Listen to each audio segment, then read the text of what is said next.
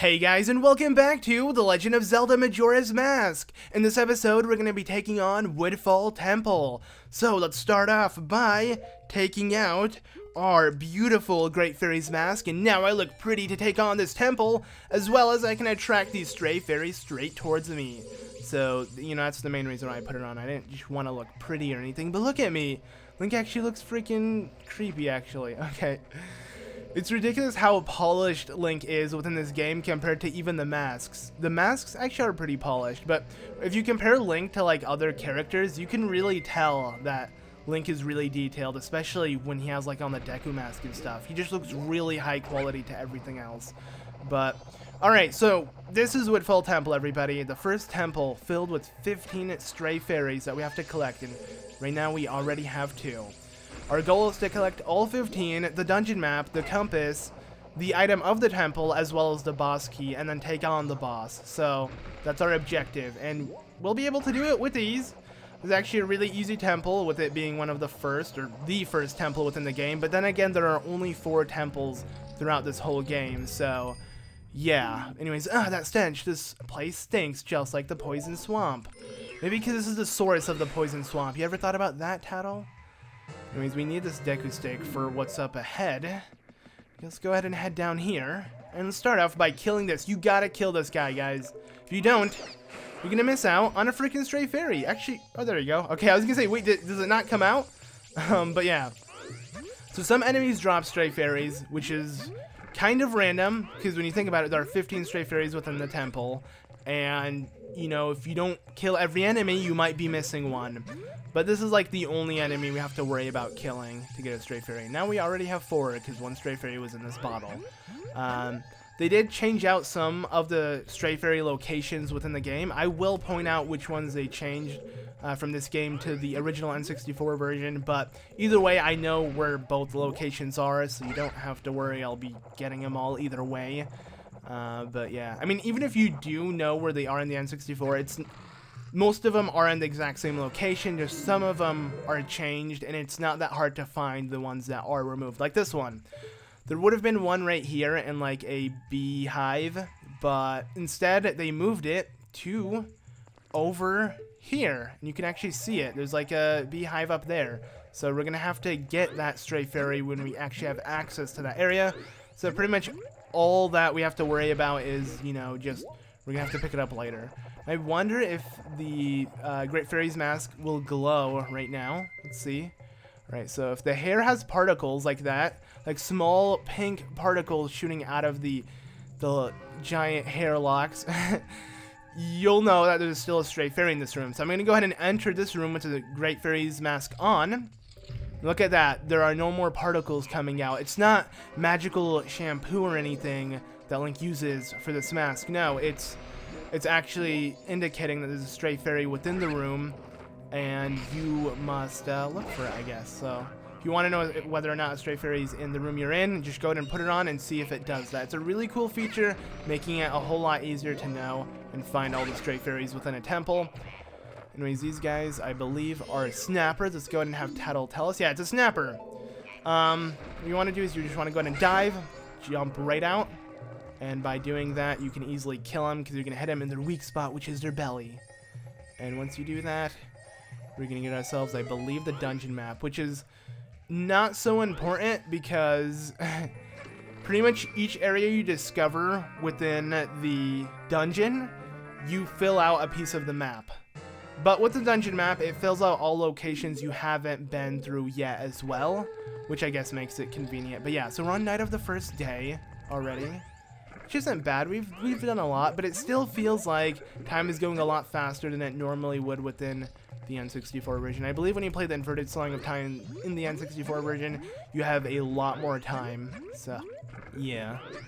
But now that we have this small key, let's go ahead and enter this room and keep going. Like I said, this temple is actually really simple and easy, so I'm going to try to do it as fast as I possibly can while collecting everything.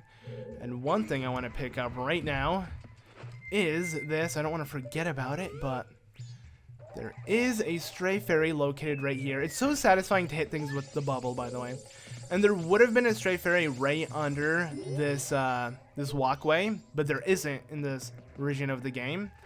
It's only in the N64 version. It was replaced, but don't worry, it's in an area we will find real soon. So yeah, anyways, go ahead and bring it on, buddy. Oh yeah, there's a stray fairy in this. So yeah, there we go. So that's another enemy we had to kill to get ourselves a stray fairy. One thing I kind of dislike is when you do, oh, okay, I just realized I can't do that. When you do get a stray fairy, the text that pops up on the screen doesn't allow you to use any items or pause or anything, so you have to wait like 2 brief seconds to do it.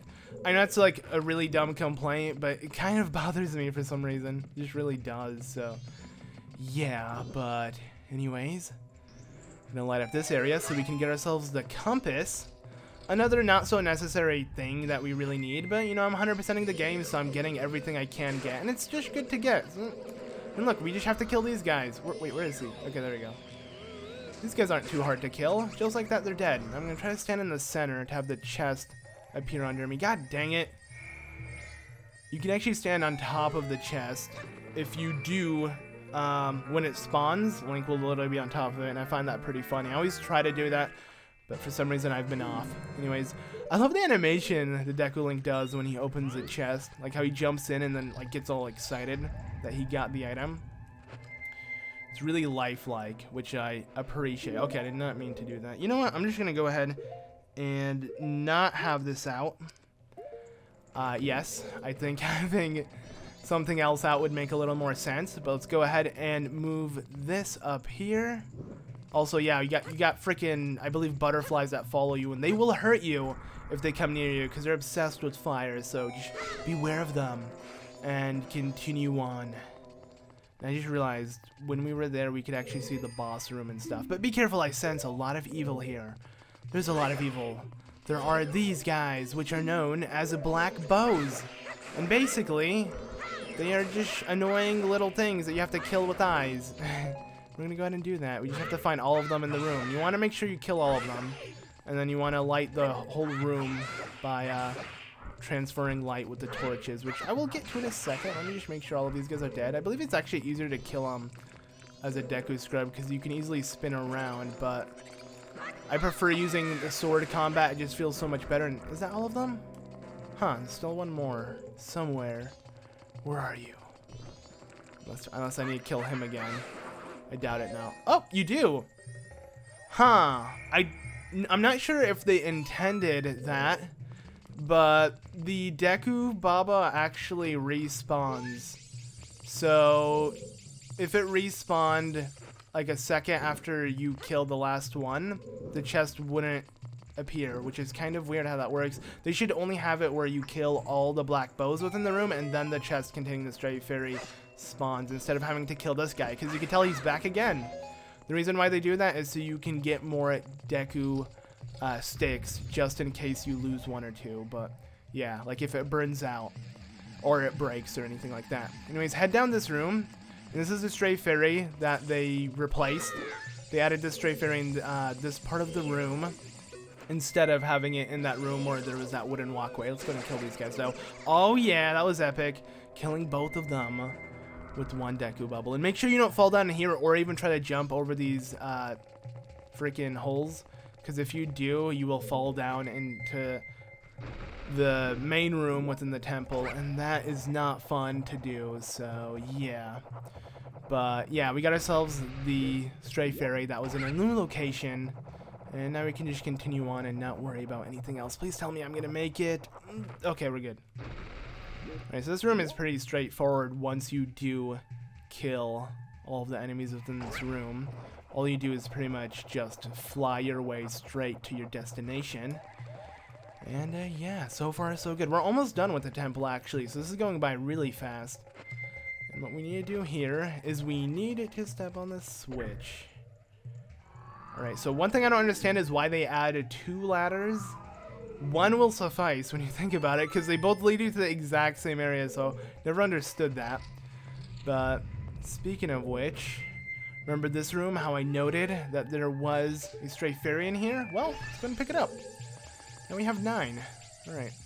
Also, one thing I really love about this game is the fact that you can easily equip a mask with a transformation mask, and he'll turn back to human. That's one thing you couldn't do in the N64 version, so it just makes it a lot faster. Instead of taking off the mask and then equipping the mask you want.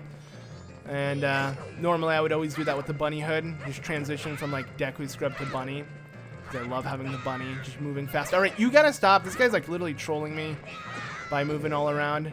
You don't want to try to go for a jump attack on these dino foes because, yeah, they're really fast and they try to jump and avoid all your attacks. So I highly suggest just doing the jab attacks like I was doing, which are like the forward thrust. And once you do that, we're gonna get ourselves the item of the dungeon. This is pretty much the main item within the game. It's gonna help us solve almost every and any puzzle. It's pretty much a really important item within Zelda, and that is the hero's bow. So let's go ahead and equip this bad boy. All right, yeah, I don't need this. Okay. And actually, I'm gonna go ahead and and swap it with this. So I like having the hero's bow on the touch screen. I actually like using the touch screen buttons, but not the bottom one. So I guess it makes sense to have the bottom one for a mask, something you don't constantly shift between. But the top one feels almost like a button because it's a little further away from the X. It's like, I don't know, it's just really convenient to click. And I just love the feature in general, how you can easily have up to 4 items out at a time. But yeah, alright, so we're going to go ahead and make our way to the opposite side of this room, where we're going to get ourselves the last collectible thing aside from the stray fairies within this. And whoa, I just noticed. Look at that. Oh, that's so pretty. It's the freaking Deku King. Like statues of the Deku King. I realized it kind of zooms out when you take photos. Like, it takes a photo of the whole screen instead of like the box it shows you. And I believe maybe the box it shows you is where you want the photo to show. Like, where you want the center of the photo to be, so I guess that makes sense, but still. Anyways, here, my friends, is Gecko. This guy is kind of a pain. Now, he's easy to fight, but you just have to freaking watch him jump on a snapper, and he's gonna try to spin at you.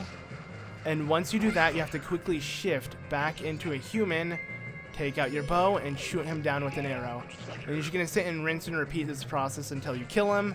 It's easy to do. It's just kind of annoying how you have to deal with this. Because, yeah. Also, the sound effects he makes are not so pretty. I wonder... Oh, okay. Okay, what the frick? For some reason, he just kept pushing me back. All right, let's go and try to do this again. There we go. Quickly shift back. Target on him. Shoot him down.